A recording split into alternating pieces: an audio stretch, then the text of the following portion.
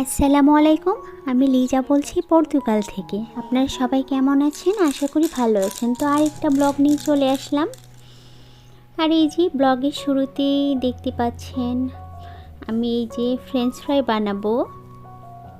আসলে মেয়ে সানডেতে মেয়ে বাসায় থাকে, স্যাটারডে সানডে এই 2 দিন। তো ও এর আগেও ব্লগে দেখেছি, ও থাকলে আসলে আমি ওর জন্য অনেক কিছুই বানাই, বিশেষ করে ওর যেটা খেতে ভালো লাগে। আর মেয়ে বারবার বলছিল ফ্রেঞ্চ ফ্রাই বানিয়ে দিতে। আর ফ্রেঞ্চ ফ্রাই আমরা যে প্যাকেটটা আমরা কিনে নিয়ে আসি সেটাও শেষ হয়ে গেছে। তো এই যে আলু কেটে বানিয়ে দিচ্ছি, ঝটপট যেভাবে বানাতে হয় সেটা করছি।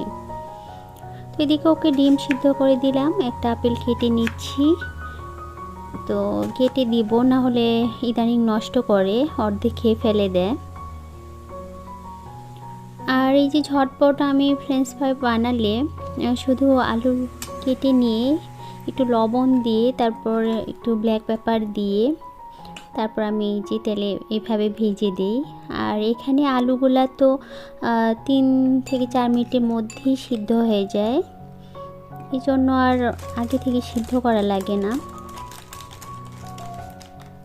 তো এই যে এখানে আমি সকালে খেজুর খাই, তো সেটাও দিচ্ছি। আমি সকালে উঠে আগে খেজুর, তারপরে আর কি অন্যান্য সব খাবার খাই।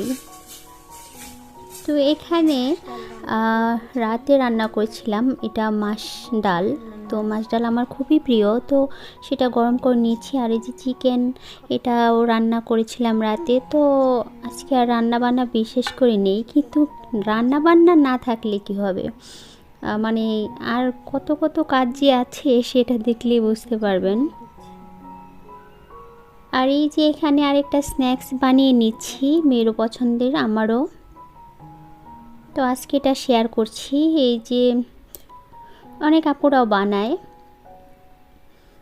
তো এই যে এখানে আলু দিয়ে আর এই যে চিকেন দিয়ে স্ন্যাক্সটা আমি বানাবো, খুবই মজার, ভালো লাগে খেতে। তো যাই হোক, দেখতে থাকুন। তো যেটা বলার কথা ভুলে গেছি, তো এই যে ইউটিউবে এসে অনেক অনেক আপু ভাইয়াদের সাপোর্ট পাচ্ছি, মানে তাদের ভালোবাসা পাচ্ছি, মানে কি বলবো। আসলে ইউটিউবটা আমার কাছে এখন ইদানিং এতটা মানে কষ্টসাধ্য হয়ে গেছে, মানে প্রচুর সময় দিতে হয়। আর এখানে সময় দিতে গিয়ে অনেক কিছু আমার করা হয়ে ওঠে না, যেগুলো আমার খুবই প্রয়োজনীয়। তো ওগুলো সময় দিতে দিতে দেখা যাচ্ছে আমি অনেক সময় ঠিক মতো ঘুমাতে পারি না, অনেক কিছু আর কি হয় না। সেই জন্য আসলে সময় ভেবেছি যে আর করব না। তো আপু ভাইয়াদের ভালোবাসা এতটা সিক্ত, আমি কি বলবো, বাদ দিতে গিয়েও আবার চলে আসলাম আপুদের সুন্দর সুন্দর কমেন্ট, ভাইয়াদের সুন্দর সুন্দর কমেন্ট পেয়ে। তো খুবই ভালো লাগলো। ইউটিউবে না আসলে আসলে এই ভালোবাসাটা আমি পেতাম না, বুঝতেও পারতাম না। তো যাই হোক, এই যে দেখতে পেলেন যে বৃষ্টি হচ্ছে আজকেও, সারাদিন থেকে এরকম বৃষ্টি হয়। আসলে আমাদের পর্তুগালে এই ডিসেম্বর পর্যন্ত আর কি শীতের মধ্যে এরকম বৃষ্টি হচ্ছে। তো থেকে বৃষ্টি হয়, আবার চলে যায়, এরকম হচ্ছে। তো সকাল থেকে বৃষ্টি হচ্ছে। এদিকে আমি কফি বানিয়ে নিয়ে চলে আসলাম। তো এই যে একটু আয়েশ করে, আপুরাও দেখি সবাই আয়েশ করে নাস্তা খায়, কফি খায়। তো আমিও আর কি একটু আয়েশ করে এই যে কফিটা খেয়ে নিচ্ছি। তো এই যে বৃষ্টিও দেখছি, খুবই ভালো লাগছে।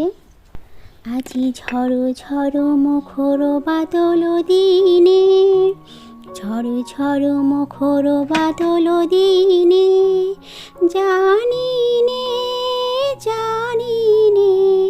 কিছুতে কেন যে মন লাগে না, ঝড়ো ঝড়ো মুখর বাদল দিনে, আজি ঝড়ো ঝড়ো মুখর বাদল দিনে।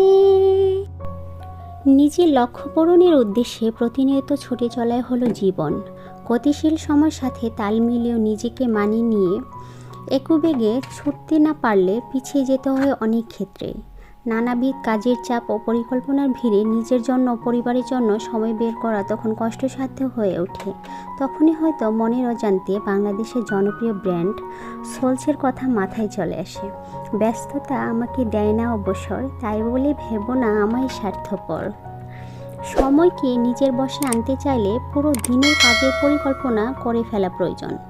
দিনের শুরুতেই তাই গুছিয়ে ফেলতে হবে সারাদিন কী কাজ করা প্রয়োজন, এরপর কোন কাজটি আগে ও পরে করতে হবে সেটাও গুছিয়ে নিতে হবে মনে মনে। এতে সময় বাঁচবে অনেকটা। অনেক সময় খুব ছোট কাজের জন্য আমরা অনেক বেশি সময় ব্যয় করে থাকি। এসব অভ্যাসকে বিদায় জানাতে হবে। অপেক্ষাকৃত কম গুরুত্বপূর্ণ এবং ছোট কোনো কাজের প্রতি বাড়তি মনোযোগ দেওয়া মানে সময় নষ্ট করা। একই সময় বাঁচাতে চাইলে কাজের গুরুত্ব বুঝে পরিকল্পনা অনুযায়ী কাজ করলেই দ্রুত সময়ের সাথে প্রতিটি কাজ শেষ করা সম্ভব হবে। তো এই যে দেখতে পেলেন সব কিছু মুছে নিচ্ছি, প্রতিদিনই করতে হয়, তবুও কোথা থেকে যে ময়লা এসে জমা হয় জানি না। আর এটা হচ্ছে মেয়ের ব্যাংক। তো এখানে সে কয়েন জমাচ্ছে, আর মেয়ে বলে যে ওর দেশে ওর নানু বাড়িতে যেতে চাইলে এরকম আরও 2-3টা ব্যাংক মানে এরকম টাকা জমাতে হবে ওর বাবা বলে। সেজন্য ও বলছে, মা আমার তো এই ব্যাংকটা ভরে গেছে, তাহলে তো এখন আমি যেতে পারবো দেশে। তো এটা সবসময় আমাকে বলে। তো এই যে আমার বাকি কাজগুলোও শেষ করে নিচ্ছি। মোছামুছি তো শেষ হতেই চায় না, সব সময় করা হয়, তবু ওই যে এগুলা সব টান দিয়ে সরিয়ে মুছি। কিন্তু আজকে আর এটা করলাম না, আশেপাশে দিয়ে মুছে নিলাম, কারণ সব সময় মোছা হয়। এই যে মেয়ের বেডটা গুছিয়ে নিলাম। তো একটু একটু করে আপনাদের সাথে শেয়ার করছি, কারণ যতটুকু দেখানো সম্ভব, আসলে সব কিছু তো দেখানো সম্ভব না। আর এই যে এখানে আমি এখন নান বানিয়ে নেব, মানে আমি যে প্রসেসে বানাই। তো আজকে নানটা অনেক পাতলা হয়ে গেছিলো, মানে পাতলা মানে আমি অতটা মোটা করে বানাইনি। তো দেখুন আমি যেভাবে বানাচ্ছি। তো এই যে এখন আমি রেখে দেব। এই যে র্যাপিং পেপার দিয়ে আমি মানে ঢেকে রেখে দিয়েছিলাম। এখন এই যে এটাকে আমি অতটা দুধ দিইনি, সেজন্য একটুখানি কম ফুলেছে। তো বেশি করে ডোটা বেশি নরম করলে বেশি ফুলতো। তো আর আমি রুটিগুলো একটু পাতলা পাতলা করে বানিয়ে নিয়েছি, বাটার নান। তো এই যে বাটার দিয়ে দিচ্ছি। তো ওইভাবে আমি বানাই। তো অনেক সময় মোটা করে বানানো হয়, তো আজকে একটু পাতলা করে বানাচ্ছি। তো এই যে রাতে কিন্তু এটা আমরা আর কি রাতে নান আর রুটিও বানিয়েছি, ওটা কিন্তু আপনাদের সাথে আর শেয়ার করলাম না। তো এই যে এতগুলো বানিয়ে নিয়েছি। তো নানটা কিন্তু এমনি দেখতে কেমন লাগছে জানি না, কিন্তু সফট হয়েছে অনেক। এই যে দেখিয়ে দিচ্ছি।